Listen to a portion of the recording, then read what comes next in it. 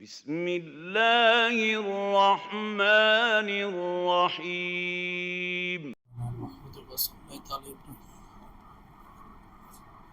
اللهم بارك على محمد وعلى آل محمد وبارك على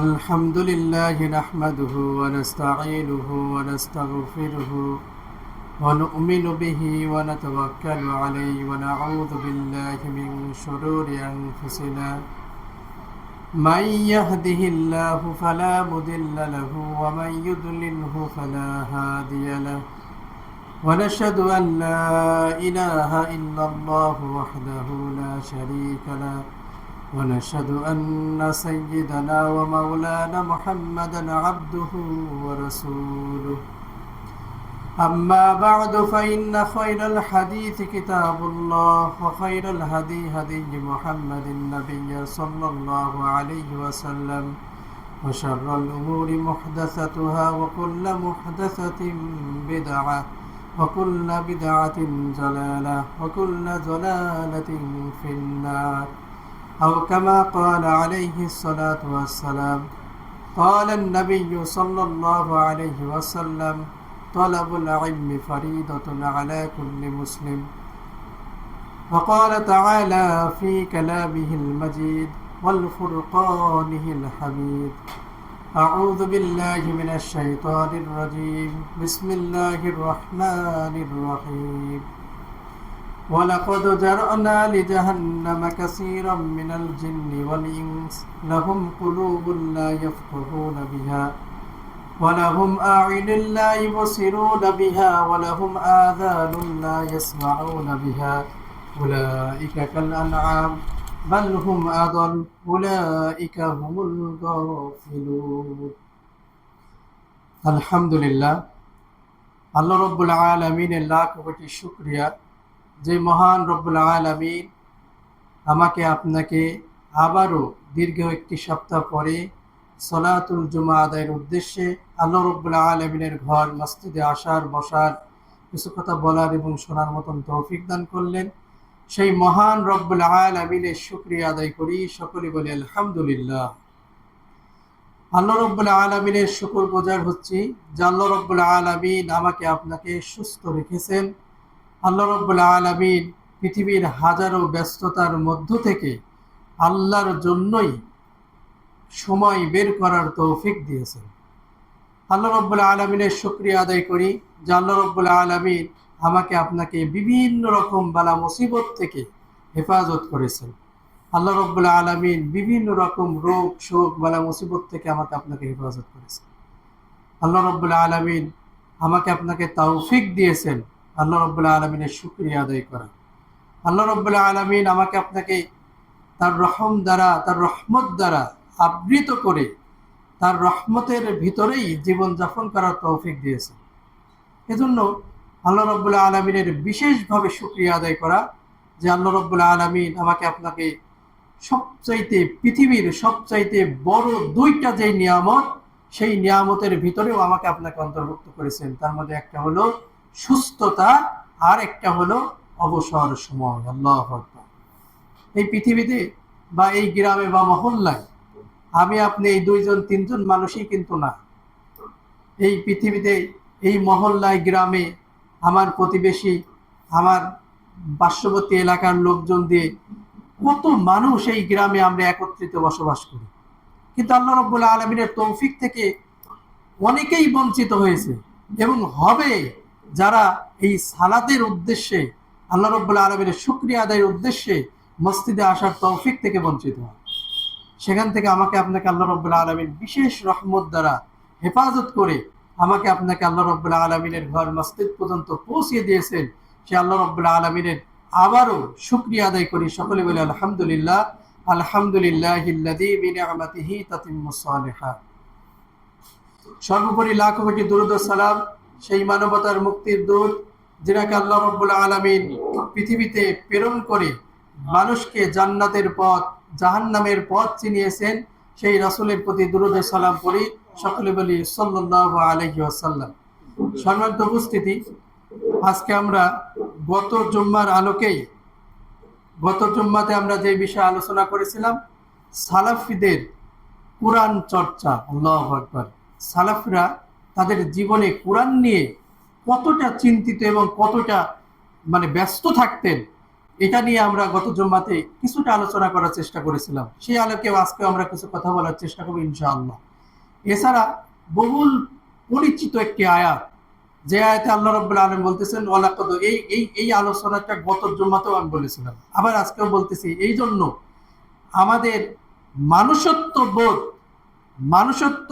আমাদের মানুষ হিসাবে, বাইরের আকৃতিতে একজন মানুষ হিসাবে আমাকে দেখা গেলেও মূলত আমি একটা জানোয়ারে রূপান্তরিত হয়ে গেছি, এইরকম মানুষের অভাব নাই।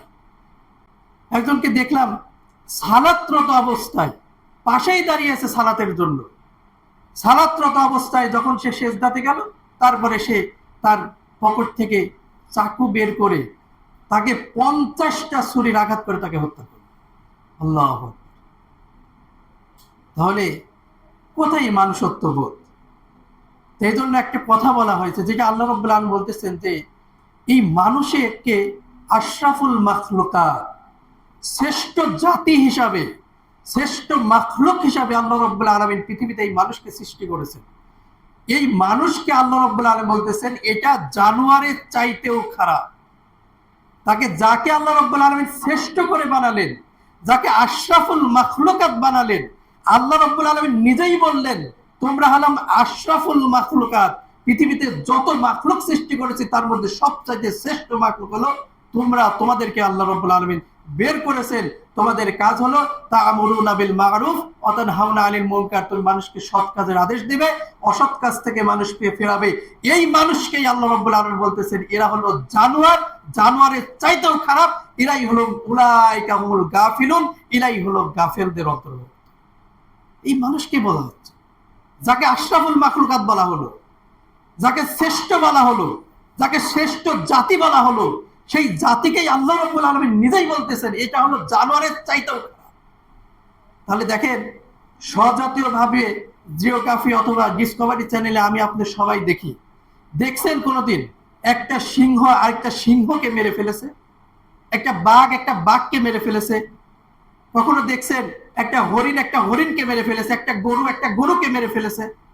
হ্যাঁ, এটা রিয়ার হিসাবে হতে পারে, কিন্তু তাদেরকে আল্লাহ রাব্বুল আলামিন ওই রকম বোধ শক্তি দিয়েছে, তারপরেও তারা সচরাচর ইচ্ছাকৃতভাবে একটা হরিণকে হত্যা করে না, একটা বাঘকে হত্যা করে না, একটা সিংহকে হত্যা করে না। কিন্তু এটা আমার আপনার প্রত্যেকেরই জানা আছে, একটা মানুষ হয়ে আরেকটা মানুষকে হত্যা করেছে, এর কোনো নজিরবিহীন অবস্থায় কিন্তু এখন আর নাই। আমি আপনি জানি না, এমন কেউ কাউকে পাওয়া যাবে না যে একটা মানুষ হয়ে একটা মানুষকে প্রহার করেছে, একটা মানুষ হয়ে একটা মানুষকে হত্যা করেছে, একটা মানুষ হয়ে একটা মানুষকে মেরে ফেলেছে। কিন্তু দেখেন, তাদেরকে আল্লাহ জানোয়ার হিসাবে সৃষ্টি করেছে। তারা তাদের স্বজাতির উপরে যতটা রহম করে, মানুষ হিসাবে আমি আপনি আমার আপনার স্বজাতির উপরে ততটা রহম করতে পারতেছি না। কই করতেছি? আমি মানুষ হয়ে তো মানুষকে মেরে ফেলেছি, আমি মানুষকে হত্যা করতেছি, মানুষকে কষ্ট দিতেছি, মানুষকে যেভাবে পারতেছি সেভাবে তাকে ক্ষতি করার চেষ্টা করতেছি। কিন্তু আমি তো বিশ্বাস করি বা আমি তো চিন্তা করতেছি আমি আল্লাহ রাব্বুল আলামিনের শ্রেষ্ঠ মাখলুকাত। আল্লাহ রাব্বুল আলামিন আমাকে শ্রেষ্ঠ করে বানিয়েছে, আল্লাহ রাব্বুল আলামিন আমাকে নিজ হাতে বানিয়েছে। আল্লাহ রাব্বুল আলামিন অন্যত্র হাদিসে বলেছেন, রাসূল করিম সাল্লাল্লাহু আলাইহি ওয়াসাল্লাম বলেছেন একটি মা তার সন্তানের উপরে যতটা দয়া করে, আল্লাহ রাব্বুল আলামিন তার চাইতে বেশি দয়া তার বান্দার উপরে করে থাকেন। সুবহানাল্লাহ। তাহলে এই বান্দাকে জাহান্নামে নিক্ষেপ কেমনে করবে? আবার এই জাতিকে এই মানুষকে আল্লাহ রাব্বুল আলামিন আশরাফুল মাখলুকাত বললেন, তোমরা শ্রেষ্ঠ জাতি, তোমাদেরকে শ্রেষ্ঠ করে বানানো হয়েছে, তোমাকে সবচাইতে সুন্দর করে বানানো হয়েছে, তোমাকে বুদ্ধি বিবেক দিয়ে বানানো হয়েছে, তোমাকে হাত পা দিয়ে বানানো হয়েছে, তোমাকে চোখ দিয়ে বানানো হয়েছে, তোমার আকল দিয়ে বানানো হয়েছে। আজকে এই মানুষ আবার জানোয়ারে রূপান্তরিত হয়, সেটা আল্লাহই বলেছে। সম্মানিত উপস্থিতি, এজন্য আমরা আমাদের নিজেকে শুধরানোর চেষ্টা করি। যাদেরকে আমরা এই অবস্থায় দেখতেছি, আল্লাহ তাদেরকে জন্য দোয়া করি, তাদের যদি হেদায়েত না থাকে, অন্তত তারা মানুষের সাথে যেই আচরণ করেছে তাদের সাথে যেন অনুরূপ আচরণ করে তাদেরকেও দুনিয়া থেকে বিদায় করে দেওয়া। আল্লাহু আকবার। এজন্য সম্মানিত উপস্থিতি, তাহলে এই যে মানুষ হয়ে যে মানুষকে আল্লাহ রাব্বুল আলামিন জানোয়ার বলেছেন, এর অনেকগুলো হয়তো বা কারণ থাকতে পারে, কিন্তু আমার কাছে এই জিনিসটাই আমার কাছে সবচেয়ে বেশি গুরুত্বপূর্ণ মনে হলো যে একটা আমরা সচরাচর দেখে থাকি, একটা ছাগলকে কখনো হত্যা করে না, একটা গরু কখনো একটা গরুকে হত্যা করে না। বাঘ কি করে? হরিণকে ধরে খায়। সিংহ কি করে? হরিণকে ধরে খায়। সিংহ গরুকে ধরে খায়। আবার একটা সিংহকে যদি একা পায়, তাহলে অনেকগুলো নেকড়ে একসাথে হয়ে একজোট হয়ে ওই সিংহকে অ্যাটাক করে, সিংহকেও কিন্তু হত্যা করে ফেলে। নেকড়েরা এত হিংস্র তারা, আমরা দেখে থাকি, কিন্তু নেকড়েরা অনেক হিংস্র হয়। নেকড়েরা যখন একসাথে যদি 10-12 জন থাকে, তাহলে সেক্ষেত্রে যদি একটা সিংহকেও পায়, তাহলে ওই সিংহকেও মেরে ফেলতে তাদের কিছু মনে হয় না। তাহলে আমরা একটা সিংহকে দেখবো একটা জিরাফকে হত্যা করতে, কিন্তু কোনোদিন কি দেখেছি জিরাফকে হত্যা করেছে? সিংহকে হত্যা করেছে, বাঘকে হত্যা করেছে। কিন্তু মানুষকে বিবেক বিবেচনা সবকিছু দিয়ে শ্রেষ্ঠ জাতি হিসাবে সৃষ্টি করার পরেও সেই মানুষ দ্বারা মানুষ হত্যা হয়, সেই মানুষ দ্বারা মানুষ নির্যাতিত হয়, সেই মানুষ দ্বারা মানুষ লাঞ্ছিত হয়, সেই মানুষ দ্বারা মানুষ অপমানিত হয়। তাহলে এই জাতিকে আল্লাহ রাব্বুল আলামিন যে জানোয়ার বলেছেন, জানোয়ারের চাইতেও যে নিকৃষ্ট বলেছেন, এটা আমার কাছে মনে হয় তার চাইতে কম বলা হয়েছে। আল্লাহু আকবার। এজন্য সম্মানিত উপস্থিতি, আমার আপনার সন্তান সন্ততি, আমার আপনার বিবি বাল বাচ্চা, আমি আপনি, আমার আপনার অধীনস্থ যারা রয়েছে, তাদেরকে সর্বপ্রথম যেটা দেওয়া লাগবে সেটা হইতে বলেছিলাম, তালাবুল ইলমি ফারিদাতুন আলা কুল্লি মুসলিম। প্রত্যেকের উপরে আল্লাহ রাব্বুল আলামিন ইলমে দ্বীন শিক্ষা করাকে ফরজ করেছে। তাহলে দ্বীনের জ্ঞান যদি প্রত্যেকটা মানুষের ভিতরে থাকে, ওই মানুষের দ্বারা কখনোই মানুষ হত্যা হতে পারে না, ওই মানুষের দ্বারা কখনো মানুষ অপমানিত হতে পারে না, ওই মানুষের দ্বারা মানুষ কখনো লাঞ্ছিত হতে পারে না, ওই মানুষের দ্বারা কোনো মানুষ কখনোই ক্ষতিগ্রস্ত হতে পারে না। কারণ আমি তলাবুল ইলমি, আমি এলেম অর্জন করেছি, আমি আল্লাহকে ভয় করি, আমি কাল কিয়ামতের ময়দানে হিসাব নিকাশের ভয় করি, কারণ কাল কিয়ামতের দিন আমাকে হিসাব দিতে হবে, আমাকে হিসাবের কাঠগড়ায় দাঁড়াতে হবে। যখন আমার এই ভয়গুলো আমার ভিতরে থাকবে, তখন সম্মানিত উপস্থিতি আমার দ্বারা কখনোই কোনো রকমের অপকর্ম সংগঠিত হবে না। এই জন্য আমি আমার আপনার সন্তানকে অবশ্যই ইলমে দ্বীন শিক্ষা করা যেমন আল্লাহ রাব্বুল আলামিন ফরজ করেছেন, তেমন আমার আপনারও বাধ্যতামূলক করে দিতে হবে যে তোমাকে ইলমে দ্বীন আগে শিক্ষা করতে হবে, তারপরে তুমি অন্যান্য দ্বীন শিক্ষা করো, অন্যান্য বিষয় শিক্ষা করো।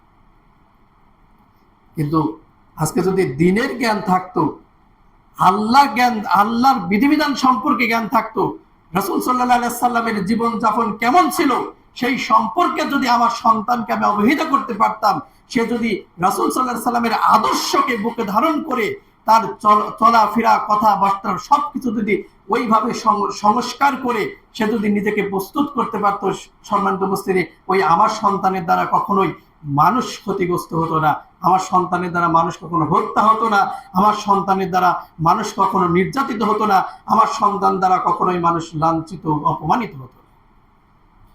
এজন্য দেখেন, এ তো একটা ঘটনা, এর আরো সচরাচর কত ঘটনা, কত নির্যাতন, কত অপমানিত হওয়া, কত লাঞ্ছিত হওয়ার ঘটনা আজকে আমাদের সামনে আসতেছে বিভিন্ন রকম ভাবে। বিশেষ করে আমাদের এই যে সোশ্যাল মিডিয়াতে এই বিষয়গুলো খুব ওপেন ভাবে, খুব তাড়াতাড়ি ছড়িয়ে পড়ে। একটা জিনিস হয়েছে, আবার বিষয়টা এমন হয়েছে যে যেই ব্যক্তি করে সে নিজেই সেটা ভিডিও করে আবার ছেড়ে দেয়। আল্লাহু আকবার। কিন্তু পাপটাকে পাপ হিসাবে জানার পরে মানুষের ভিতরে যদি অনুশোচনা জাগ্রত হয়, সে যদি তওবা করে, সে যেমন পাপটা করার পরে নিজেই গোপন করেছে, আল্লাহ ওই পাপটাকে গোপন করে রাখে, সুবহানাল্লাহ। কিন্তু যদি আমি প্রকাশ করে দিই, তাহলে কাল কিয়ামতের ময়দানে আল্লাহও প্রকাশ করে দিবেন, আপনাকে মাফ করবেন ওই পাপের থেকে। সম্মানিত উপস্থিতি, এরকম দেখেন, আমি আপনি যদি বুকে হাত দিয়ে একটু চিন্তা করি, হাজার হাজার পাপ করেছি, যেই পাপগুলো নিজের কাছে গোপন রয়েছে, আমি যেমন গোপন করতে পেরেছি, কাল কিয়ামতের ময়দানে আল্লাহ সেগুলো প্রকাশ করে আমাকে অপমানিত এবং লাঞ্ছিত করবেন। কিন্তু যখন আমি পাপ করার পরে সেটা দাম্ভিকতার সাথে বুক ফুলিয়ে সেটা প্রকাশ করে মানুষের ভিতরে আতঙ্কের জন্য হোক আর মানুষের ভিতরে ভয় ভীতি সৃষ্টির জন্য হোক, আমি যখন এটা বলে বেড়াচ্ছি, তখন অবশ্যই অবশ্যই এই পাপের জন্যই কাল কিয়ামতের ময়দানে আল্লাহ রাব্বুল আলামিন আমাকে আপনাকে পাকড়াও করবেন। আজকে আমার আপনার ইয়ং জেনারেশনের ভিতরে এটা খুব বেশি দেখা যায়।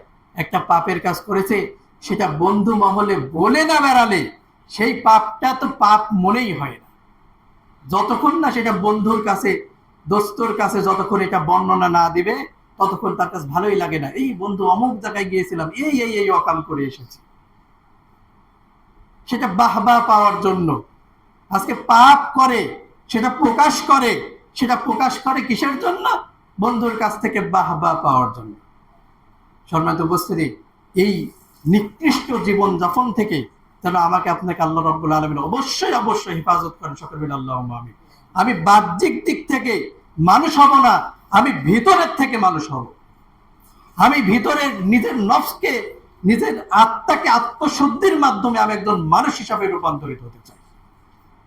আমার নিজের হৃদয়টাকে আত্মশুদ্ধির মাধ্যমে আমি একজন মানুষ হিসাবে রূপান্তরিত, আমি বাহ্যিক দিক দিয়ে মানুষ হতে চাই না। কেননা আজকে বাইরের দিক দিয়ে আমি মানুষ দেখালাম, কিন্তু ভিতরে যে এত পচা, এত দুর্গন্ধ, আমি নিজেই যদি একটু চিন্তা করি, যেমন আমাদের উস্তাদি বলতে, আমি একটা কথা ওই আগেও বলেছি, যে তিনি বলতেন যে আমার জীবনেই যেই পাপগুলো সংগঠিত হয়েছে, এই পাপগুলো যদি এখন আল্লাহ রাব্বুল আলামিন প্রকাশ করে দেন, তাহলে আমার মুখ দেখানোর অবস্থা নাই। তাহলে আমি বাহ্যিক দিক থেকে, বাইরের দিক থেকে আলখেল্লা পড়লাম, মাথায় একটা টুপি পরলাম, সব সময় তাসবিহ নিয়ে ঘুরলাম, আর আমি দেখালাম আমি আমার মতন পরেশগার আর কেউ নেই, কিন্তু আমার ভিতরে যে এত পচা, আমার ভিতরে যে এত দুর্গন্ধ, আমার ভিতরে যে এত নোংরামি, কেননা আমি তো আত্মশুদ্ধি করতে পারি নাই, তাকওয়াকে ভিতরে প্রবেশ করাতে পারি না। আমার হৃদয় তো আল্লাহ দ্বারা, আল্লাহর ভয়ে কাঁপে না, আমার হৃদয় তো আল্লাহর ভয়ে কাঁপে না।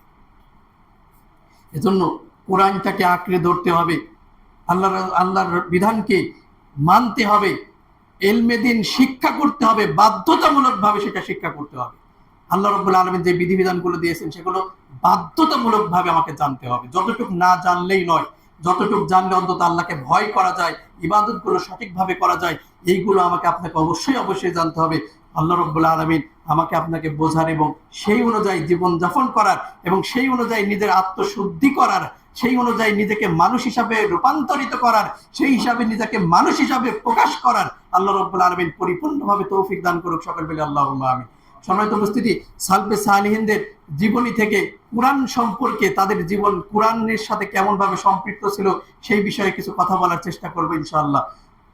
তারা এছাড়া রাসূল করিম সাল্লাল্লাহু আলাইহি সাল্লামের থেকে যে হাদিসও আমরা পাই, সেটা হলো যে কুরআনটাকে খতম করা মানে শেষ করা, প্রথম থেকে পড়ে শেষ পর্যন্ত পড়া। এটা সালফে সালিহিনরা প্রতিনিয়তই করতেন, সুবহানাল্লাহি ওয়া বিহামদিহি। এটা 3 দিনে, 5 দিনে, 6 দিনে, 7 দিনে, এক মাসে, কোন কোন সালফে সালিহিন প্রতি মাসে একটা করে খতম দিতেন, একবার করে কোরআন খতম দিতেন।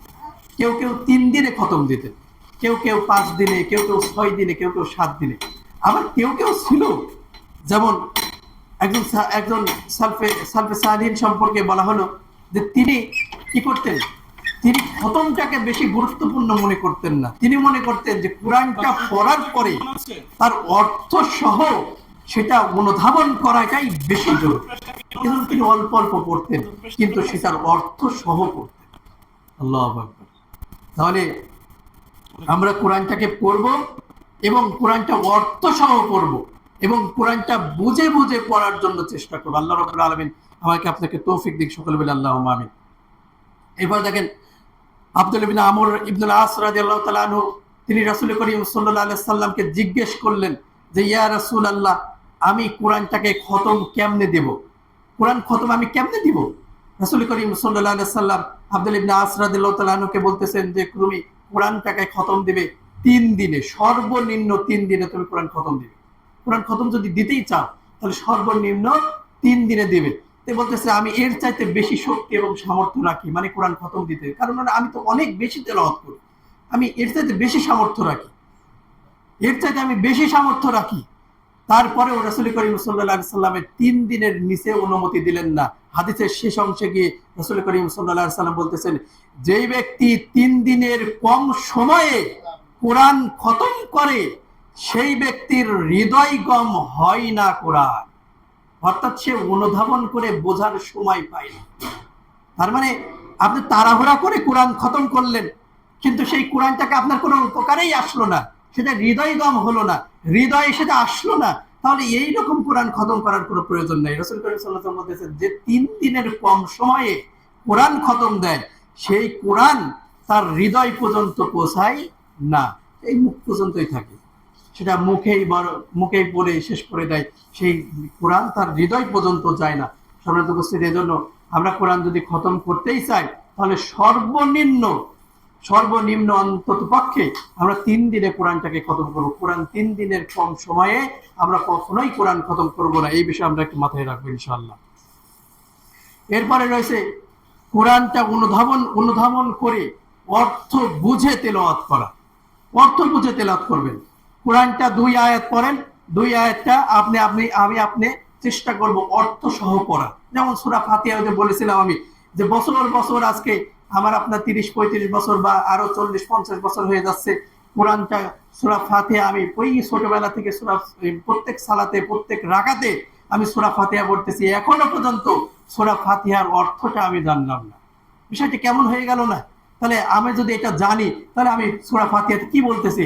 আলহামদুলিল্লাহি রাব্বিল আলামিন, সমস্ত প্রশংসা সেই মহান রব্বুল আলামিন। মহান রব্বুল আলামিন, আলামিন মানে হলো গোটা বিশ্বের যিনি ধারক এবং বাহক, সেটা শুধু এই বাংলাদেশ আর পৃথিবী বা শুধু আসমানের উপরে শুধু জমিনের নিচে এমন না, গোটা বিশ্বটাকে এই যেই সিস্টেমে লালিত পালিত হচ্ছে এটা সম্পূর্ণ ধারক বাহক একমাত্র আল্লাহ রব্বুল আলামিন। এই যে আল্লাহ আলামিন বলতেছে, আল্লাহ রব্বুল আলামিন, আল্লাহু আকবার। তারপরে আর রহমানির রহিম, তাহলে কার ইবাদত করি? যিনি দয়ালু এবং পরম দয়ালু, আল্লাহু আকবার। এমন একজন রবের ইবাদত করতেছি আমি, যিনি দয়ালু তো দয়ালুই, তিনি দয়াবান তো দয়াবানই, তিনি আরো দয়ালু, বেশি দয়ালু, পরম দয়ালু। এই ক্ষেত্রে হাদিসের ব্যাখ্যাতে বা তাফসিরে এসেছে যে রহমান হলো দুনিয়ার জন্য আল্লাহ রব্বুল আলামিন। আল্লাহ রব্বুল আলামিন দুনিয়ার জন্য রহমান, আল্লাহ রব্বুল আলামিন দুনিয়ার জন্য রহমান। কাল কিয়ামতের ময়দানে যখন আমি আপনি হিসাবের কাঠগড়ায় দাঁড়াবো তখন আল্লাহ রব্বুল আলামিন রহিম, সুবহানাল্লাহ, অতিশয় দয়ালু। দেখেন, একটু জিনিস চিন্তা করেন, কিয়ামতের ময়দানের এই ভয়াবহ অবস্থার মধ্যে আমাকে আপনাকে কাঠগড়ায় দাঁড় করিয়ে দিয়ে আমার আপনার আমলনামা হাতে ধরিয়ে দিয়ে যদি আল্লাহ রব্বুল আলামিন রহিম নাই হন তাহলে আমার আপনার উপায় আছে সেখান থেকে এক কদম আগিয়ে জান্নাত পর্যন্ত পৌঁছানো? আল্লাহু আকবার। আল্লাহর দয়া ছাড়া, আল্লাহর রহম ছাড়া, আল্লাহর দয়া ছাড়া, আল্লাহর অনুগ্রহ ছাড়া কাল কিয়ামতের ময়দানে একজন মানুষ পার পাবে না। রাসূল করিম সাল্লাল্লাহু আলাইহি সাল্লাম বলেছেন, আয়েশা রাদিয়াল্লাহু তাআলা আনহা বলতেছেন যে ইয়া রাসূলুল্লাহ, সেটা কি আপনার জন্য?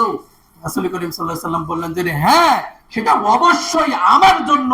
যদি কাল কিয়ামতের ময়দানে আল্লাহ যদি দয়া না করে তাহলে আমি মুহাম্মদও জান্নাত পর্যন্ত পৌঁছাতে পারবো। এই জন্যই আর রহমানুর রহিম, এই রহমান হলো দুনিয়ার জন্য আল্লাহ রব্বুল আলামিন। এই রহমান দুনিয়ার জন্য, এই জন্যই কাফের, মুশরিক, বেদিন, যে মানে শিরিক, কুফর, বেদাত সব করে সবাইকে আল্লাহ রব্বুল আলামিন রিজিক পৌঁছিয়ে থাকেন।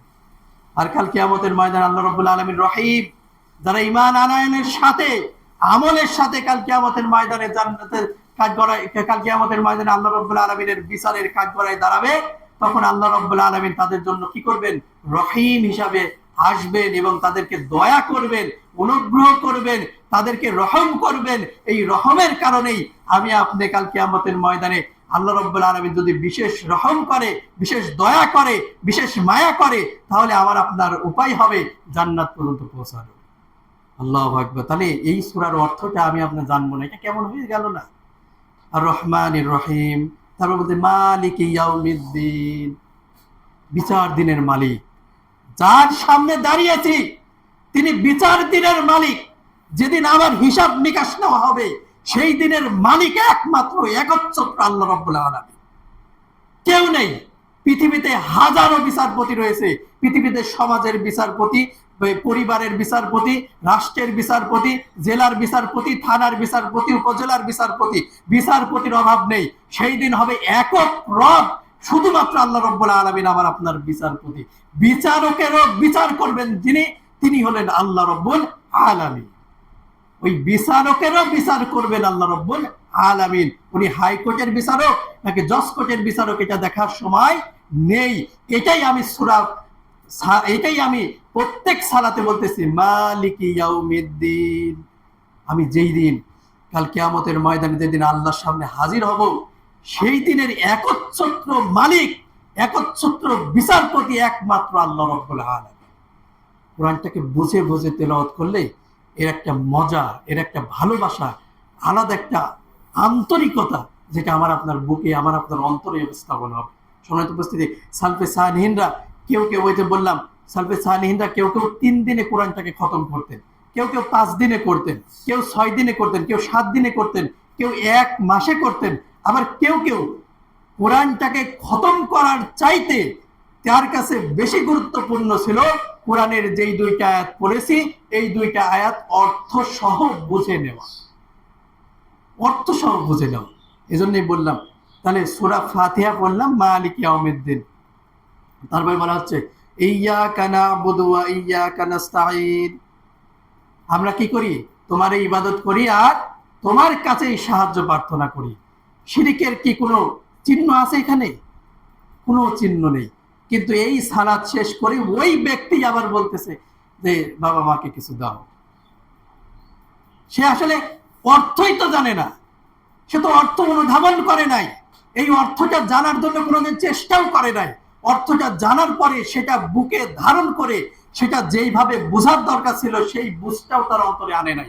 যদি আনতো তাহলে ইহদিনাস সিরাতাল মুস্তাকিম, ইয়্যাকা না'বুদু ওয়া ইয়্যাকা নাস্তাঈন, এই আয়াত পড়ার পরে ওই ব্যক্তি কেমনে আরেকজনের কাছে চায়? অথচ সে বলতেছে আমি তোমার ইবাদত করি আর তোমার কাছেই সাহায্য প্রার্থনা করি।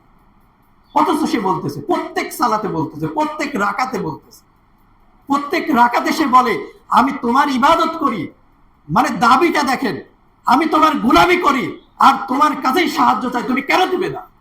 দাবিটা এইরকম, আমি তোমার গোলামি করি, তোমার দাসত্ব করি, তোমার গোলামি করি, তাহলে তোমার কাছে যদি সাহায্য চাই তুমি কেন সাহায্য করবে না আমাকে? আমার সন্তান, ছোটবেলা থেকে তাকে লালন পালন করি, সেই সন্তানের দাবিটা কেমন? সন্তান বলতেছে তুমি যদি আমাকে গাড়ি কিনে না দাও তাহলে আমি আর পরীক্ষা দেবো না। আপনি তো দৌড়ায় চলে গিয়েছেন শোরুম থেকে, আগে একটা গাড়ি কিনতে হবে, কেননা আমার সন্তান তো পরীক্ষাই দেবে না। আবার আপনি আশ্বস্ত করেছেন, বলছেন তুমি পরীক্ষায় যদি ভালো রেজাল্ট করো তাহলে তোমাকে একটা আইফোন কিনে দেবো। কেন বলেছেন? তার মানে এটা তার দাবি, তার অধিকার। সন্তান তার অধিকার প্রতিষ্ঠিত করার জন্য তার বাবাকে বলতেছে আমি এইবার পরীক্ষায় ভালো রেজাল্ট করলে তোমাকে অবশ্যই অবশ্যই উচিত হবে বা তোমাকে অবশ্যই অবশ্যই দিতে হবে, আমাকে একটা ফোন কিনে দিতে হবে। তাহলে আমি যখন বলতেছি ইয়্যাকা না'বুদু ওয়া ইয়্যাকা নাস্তাঈন, আমি আল্লাহ তোমার ইবাদত করি আর তোমার কাছে সাহায্য প্রার্থনা করি, এই কথা বলে আমি কি বোঝাতে চাইতেছি? যে আল্লাহ তোমার ইবাদত, তোমার গোলামি করি আর তোমার কাছে সাহায্য চাই, আমি আর কারোর কাছে চাই না, আমি কারোর কাছে চাই না, অর্থাৎ তোমাকে দিতে হবে, আমি যদি যা চাই তোমাকে আমাকে দিতে হবে, এরকম অধিকার। তার মানে কি? আগে কোরআনটাকে বুঝতে হবে। এই যে সূরা ফাতিহা পড়লাম, ওই যে বললাম 40, 45, 50 বছর বয়স হয়ে গেছে, এখনো পর্যন্ত আমি আপনি জানি না সূরাতুল ফাতিহাতে আমি কি বলি। তারপর বলা হচ্ছে ইয়্যাকা না'বুদু ওয়া ইয়্যাকা নাস্তাঈন ইহদিনাস সিরাতাল মুস্তাকিম, আমাকে ওই পথ দেখাও যেই পথে হেঁটে গিয়ে, যেই পথে চলে গিয়ে তারা জান্নাত পর্যন্ত পৌঁছে গিয়েছে। আল্লাহু আকবার। সরল সঠিক পথ দেখাও, সরল সঠিক পথে আমাকে প্রতিষ্ঠিত রাখো, সরল সঠিক পথে আমার জীবনের শেষ নিঃশ্বাস পর্যন্ত যেন আমি অটল থাকতে পারি, সেই তৌফিক আমাকে দান করে দাও। এই দোয়া করার পরেও আমি কি করতেছি, আমার দ্বারা বেদাত হয়, আমার দ্বারা শিরিক হয়, আমার দ্বারা বাবার দরবারে যাইতে হয়, আমার দ্বারা আক্রোশী যাইতে হয়, আমার দ্বারা ওই অমুক জায়গায় যাইতে হয়, অমুক জায়গায় যাইতে হয়, আমার অমুক অমুক কাজ করতে হয়, আমার দ্বারা এই করতে হয়, ওই করতে হয়, ওই অমুককে ধরে আমার পথ খুঁজতে হয়। কিন্তু অথচ সূরা ফাতিহাতে আমি বলতেছি ইহদিনাস সিরাতাল মুস্তাকিম, আল্লাহ তুমি আমাকে পথ যদি না দেখাও তাহলে কেউ আমাকে পথ দেয়। ইব্রাহিম আলাইহিস সালামের ঘটনা জানেন না? ইব্রাহিম আলাইহিস সালাম যখন ওই যে সূর্যকে বলল এটা আমার রব, চাঁদকে বলল এটা আমার রব, দিন রাতকে বলল এটা আমার রব, যখন সবকিছু হারিয়ে গেল তখন কি বলতো, ইন্নী ওয়াজ্জাহাতু ওয়াজহিয়া লিল্লাযী ফাতারাস সামাওয়াতি ওয়াল আরদা হানিফাও ওয়া মা আনা মিনাল মুশরিকিন। আমি মুশরিকদের অন্তর্ভুক্ত নয়, আর আমি আমার সিহারাকে, আমার মুতাওয়াজ্জকে, আমি সবকিছুকে ঘুরিয়ে একচ্ছত্র আল্লাহ রাব্বুল আলামিনের দিকে করে নিলাম। সবকিছু তো রব নয়, কেননা এ তো অস্তিত্ব, ও তো নিজের অস্তিত্বকেই ধরে রাখতে পারে না, নিজের অস্তিত্বকেই তো ধরে রাখতে পারে না, সে আবার রব হয় কেমন করে? সে নিজেই বিলীন হয়ে যায়। সকালে উঠলো সূর্য, সন্ধ্যা হতে হতে সে হারিয়ে যায়, সে আবার রব হয় কেমন করে? রাতে চাঁদ চন্দ্র উঠলো, সেই চন্দ্র আবার হারিয়ে গেল, তাহলে সে আবার রব হয় কি করে? তারা উঠলো, সেই তারা আবার হারিয়ে গেল, তাহলে সেই রব হয় কি করে? দিন আসলো, রাত আসলো, এবার ইনি বলতেছেন এই সবগুলোকে যিনি নিয়ন্ত্রণ করেন তিনি হলো আমার রব, তিনি আমার রব। যিনি এই চাঁদকে আনলেন, চাঁদ আবার ডুবে গেল, সূর্য আসলো, আবার সূর্য ডুবে গেল, আবার দিন আসলো, আবার রাত আসলো, ইনি হলেন আমার রব। যিনি এটাকে নিয়ন্ত্রণ করতেছেন তিনি আমার রব। তাহলে আমি বলতেছি ইহদিনাস সিরাতাল মুস্তাকিম, তারপরে আমি হাজার পথ খুঁজতেছি, হাজার পথ। আমি বলতেছি জান্নাতের পথ কোনটা সহজ, এবার আমি অমুককে জিজ্ঞেস করি জান্নাতের পথ কোনটা সহজ। কেউ তো জান্নাতের সার্টিফিকেট দেয়, এগুলো তো আমরা জানি। তাহলে আমি কোরআনটাকে না বোঝার কারণে আমার এই অবনতি হয়েছে। আমি সূরা ফাতিহা বললাম 65 বছর 70 বছর যাবত পড়ি, কিন্তু আমি জানি না সূরা ফাতিহাতে আমি কি বলি। তাহলে ইহদিনাস সিরাতাল মুস্তাকিম সিরাতাল লাযীনা আনআমতা আলাইহিম, তারপরে আয়াতে গুলোতে আল্লাহ রাব্বুল আলামিন বলতেছেন যারা নিয়ামত প্রাপ্ত হয়েছে তুমি তাদের পথে আমাকে পরিচালিত করো, ওয়ালা দাল্লিন, যারা পথভ্রষ্ট এবং লাঞ্ছিত হয়েছে, যারা গজবে নিপতিত হয়েছে তাদের অন্তর্ভুক্ত আমাকে করো না। আমিন, আমিন বলাতে যাবে না। অবস্থা তেমন হয়ে গেছে। এত সুন্দর একটা দোয়া পড়লাম, এত সুন্দর দোয়ার অর্থটাকে মুখস্থ করলাম, তারপরে আমি আমিন বলে আল্লাহকে কাছে বলতে পারবো না যে আল্লাহ দোয়াটাকে কবুল করে না, বলা যাবে না। আমিন তো হুজুরও বলবে না, মুসল্লিও তো বলবে না, কারণ বলাই যাবে না, বললে তো আবার বিভিন্ন রকম ঝামেলা। আমার তো মনে হয় অন্যান্য মসজিদের হুজুরেরা আমিন বলেই না। তাহলে এই যে কোরআনটাকে অনুধাবন করে সেই কোরআনটা তেলাওয়াত করার যে মজা, এই মজা কিন্তু আপনি এই মন্ত্রের মতো করলে পাবো না। এটাই সালফে সালিহিনরা বোঝাতে চেয়েছেন যে 3 দিনে কোরআন খতম করাটা বেশি গুরুত্বপূর্ণ নয়।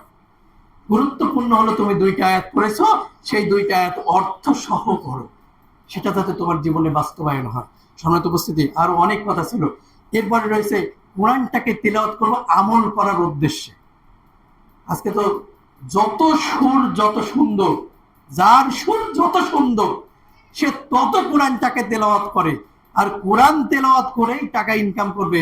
শেষ জামানায় রাসূল করিম সাল্লাল্লাহু আলাইহি সাল্লামের ভবিষ্যৎবাণী রয়েছে, এক শ্রেণীর কারি থাকবে যারা কোরআনটা তেলাওয়াত করবে শুধুমাত্র সেফ টাকা কামাইয়ের জন্য, শুধু টাকাটা আসার জন্য।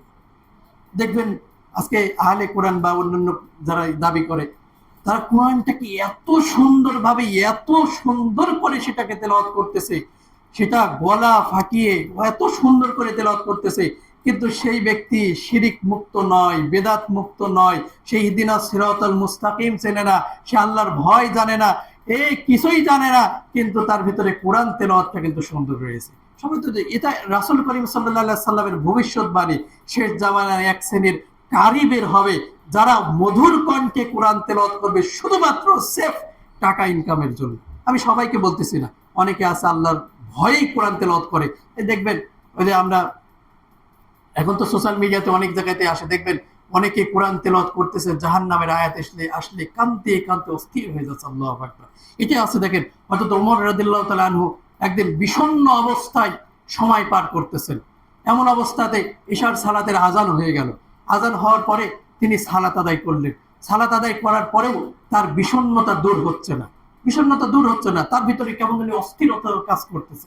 সে তার বাসাতে প্রবেশ করলেন, বাসা থেকে আবার বের হয়ে আসলেন, বের হয়ে এসে মসজিদে বসে কোরআনটাকে খুললেন, খুলে সূরা নিসা তেলাওয়াত করতে থাকলেন, তেলাওয়াত করতেই থাকলেন। তার সাথে একজন বলতেছেন যে তেলাওয়াত করতেই থাকলেন, এই যে সালফে সালিহিনদের জীবনের মধ্যে আসছে, তেলাওয়াত করতেই থাকলেন। একসময় ফজরের আজান হয়ে গেল। আল্লাহু আকবার। বিষণ্ণতা দূর করার জন্য তারা কোরআন তেলাওয়াত করে, আর আমি আপনি বিষণ্ণতা দূর করার জন্য বেরি খাই, সিগারেট খাই, মাদকাসক্ত হই। মাদক খাই কিসের জন্য? তাকে যদি জিজ্ঞেস করা হয়, সে বলে আমি বিষণ্ণতায় রয়েছি, আমি অস্থিরতায় রয়েছি, আমি সামাজিক পারিবারিক অশান্তির মধ্যে রয়েছি, আমি ব্যক্তিত্বগতভাবে অশান্তির মধ্যে রয়েছি। অশান্তিটাকে দূর করার জন্য সিগারেট টানতেছি, যাতে কিছুটা শান্তি পাওয়া যায়। আর সালফে সালিহিনরা, সাহাবা একরামগণ, তাদের বিষণ্ণতা দূর করার জন্য তারা কি করতেন? কোরআন তেলাওয়াত করতেন। আর আমি আপনি বিষণ্ণতা দূর করি মাদকের মাধ্যমে। আমার আপনার পরিবর্তনটা চিন্তা করেন। আমি আপনি চিন্তা করতেছি আল্লাহ সব সময় আমাকে ভালোবাসবে, কিন্তু জহরাল ফাসাদু ফিল বারি ওয়াল বাহরি বিমা কাসাবাত আইদিন নাস, এই যে জলস্থলে যত বিপর্যয় রয়েছে সবকিছু আমার আপনার দুই হাতের কামাই। আমি আপনি খুঁজেই পাই না যে দুই হাত দিয়ে কিভাবে কামাই করেছি, আমি আপনি তো খুঁজেই পাই না। যে ব্যক্তি সালাত আদায় করে ওই ব্যক্তি আবার বেরি খায়, যে ব্যক্তি সালাত আদায় করে ও নেশা করে, যে ব্যক্তি সালাত আদায় করে ও আবার মাদকাসক্ত হয়। এটা কেমনে হয়? অথচ আল্লাহ রাব্বুল আলামিন বলতেছেন ইন্নাস সালাতা তানহা আনিল ফাহশা ওয়াল মুনকার। ইন্নাস সালাতা তানহা আনিল ফাহশা ওয়াল মুনকার। সালাত এবং অশ্লীলতা কখনো এক জায়গায় থাকতে পারে না। আপনি সালাত করবেন, আপনি বেহায়াপনার সাথে জড়িত হবেন, এটা কখনো একসাথে হতে পারে না। কেননা রাসূল করিম সাল্লাল্লাহু আলাইহি ওয়াসাল্লামের কাছে একজন সাহাবী এসে বললেন যে অমুক ব্যক্তি সালাত আদায় করে এবং চুরিও করে। রাসূল করিম সাল্লাল্লাহু আলাইহি ওয়াসাল্লাম বলেন ওয়াসিরাই এই সালাতটাকে চুরি থেকে ফেরাবে। যদি না ফেরায় তাহলে সালাত কি? সালাত আর মানে কি? রাসূল করিম সাল্লাল্লাহু আলাইহি ওয়াসাল্লাম এই কথার দ্বারা কি বোঝাচ্ছে? যে চুরি আর সালাত কখনো একসাথে হতে পারে না। ওয়াসিরাই এই সালাতটাকে চুরি থেকে ফেরাবে, অসিরেই ফেরাবে। অসিরেই এই সালাতের মাধ্যমে সে বেহায়াপনা থেকে বেঁচে আসবে। অসিরেই এই সালাত তাকে অশ্লীলতা থেকে ফেরাবে। অসিরেই এই সালাত তাকে জেলা থেকে ফেরাবে। অসিরেই এই সালাত থেকে যাবতীয় অশ্লীলতা বেহায়াপনা থেকে তাকে ফিরাই আনবে। যদি ফিরাই না আনে, তার মানে তাকেই বুঝতে হবে যে আমি সালাতটা যেভাবে আদায় করা দরকার ছিল, সল্লু কামা রাআইতুমুনি উসাল্লি, ওইভাবে সালাত হচ্ছে না। কারণ আল্লাহ বলেছেন ইন্না সলাতা তানহা আনিল ফাহশাই ওয়াল মুনকার। সালাত এবং ফাহিশা কাজ, অশ্লীলতা, বেহায়াপনা কখনো একসাথে হতে পারে না। এই পৃথকটা কিন্তু আমাকে আপনাকেই করতে হবে। সম্মানিত উপস্থিতি, অনেক কথাই বললাম। আল্লাহ রাব্বুল আলামিন আমাকে আপনাকে সবাইকে যেন পরিপূর্ণভাবে বুঝ দান করে সেই বুঝ অনুযায়ী আমার আপনার জীবন যাপন করার তৌফিক দান করে। সকল বলে আল্লাহুম্মা আমিন। ওয়া আখিরু দাওয়ানা আলহামদুলিল্লাহি রাব্বিল আলামিন। আল্লাহু আকবার।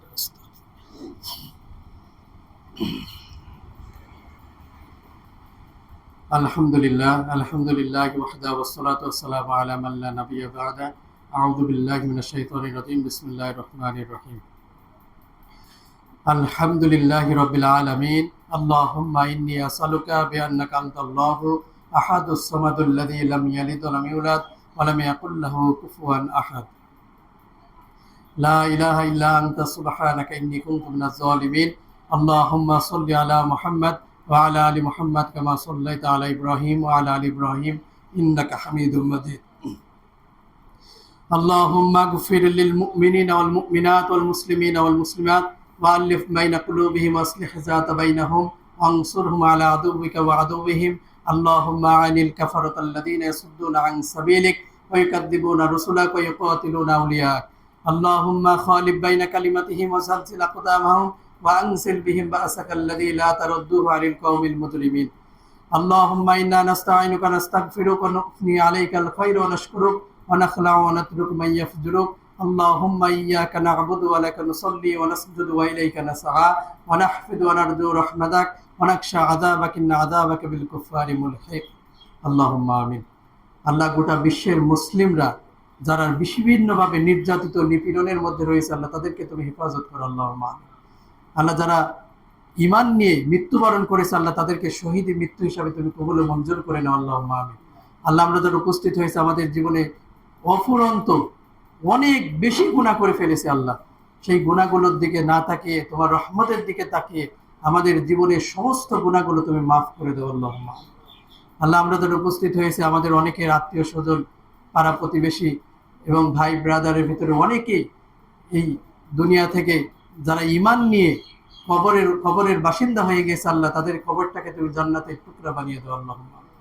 আল্লাহ, আমরা যারা উপস্থিত হয়েছে আমাদের অনেকের পিতামাতাও অন্ধকার কবরে ঘুমিয়ে গেছে আল্লাহ, পিতামাতার কবরটাকে তুমি জান্নাতের টুকরা বানিয়ে দাও আল্লাহ। আমরা যারা উপস্থিত হয়েছে আমাদের অনেকের পিতামাতা এখন হায়াতে বেঁচে আছে আল্লাহ, পিতামাতার খেদমত করে জান্নাত কামাই করার মতো তৌফিক দান করে দাও আল্লাহুম্মা আমিন। আল্লাহ, আমরা যারা উপস্থিত হয়ে যেই কথাগুলো শুনলাম, যেই কথাগুলো বললাম, এই কথাগুলোর মধ্যে যেটা ভুল হয়েছে ভুলটাকে ভুল হিসাবে এবং যেটা সঠিক বলেছি আল্লাহ, সঠিকটাকে সঠিক হিসাবেই যেন আমাদের জীবনে আমরা সেটা বাস্তবায়ন করতে পারি, সেই তৌফিক দান করে দাও আল্লাহুম্মা আমিন। اللهم ربنا آتنا في الدنيا حسنة وفي الآخرة حسنة وقنا عذاب النار. اللهم يحاسبني حسابا يسيرا، اللهم يحاسبني حسابا يسيرا.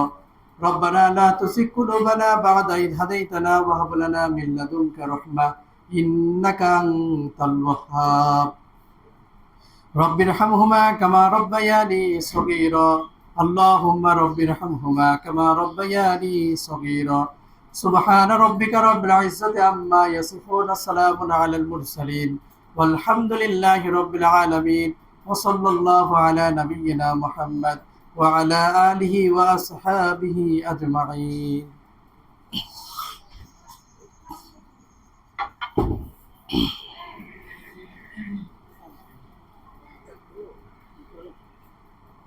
Bye bye.